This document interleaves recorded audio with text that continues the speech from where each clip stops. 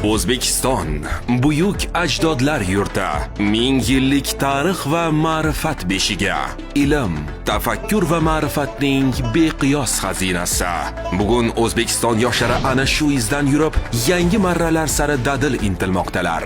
Har yili O'zbekiston Yoshlar ittifoqi Markaziy kengashi tashabbusi bilan yosh harbiy xizmatchi xodimlar va kursantlar o'rtasida ajdodlar izidan intellektual o'yini o'tkazib kelinadi.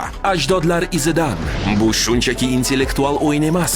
Bu buyuk allomalarimizning ilmiy va ma'naviy merosini o'rganish, ularning izidan yurib, bugungi avlodning bilim va tafakkurini yangi cho'qqilarga olib chiqish maydoni. Mamlakatimizning barcha hududlarida minglab ishtirokchilar bilim sinovidan o'tdi. 2025-yil 8-oktyabr kuni eng kuchlilar ajdodlar izidan intellektual o'yinining respublika final bahslarida uchrashadilar. Bilim, zakovat va tafakkur bellashuvi aynan shu kunda bo'lib o'tadi. Ajdodlar izidan bilim sari, ajdodlar izidan tafakkur sari, ajdodlar izidan buyuk kelajak sari.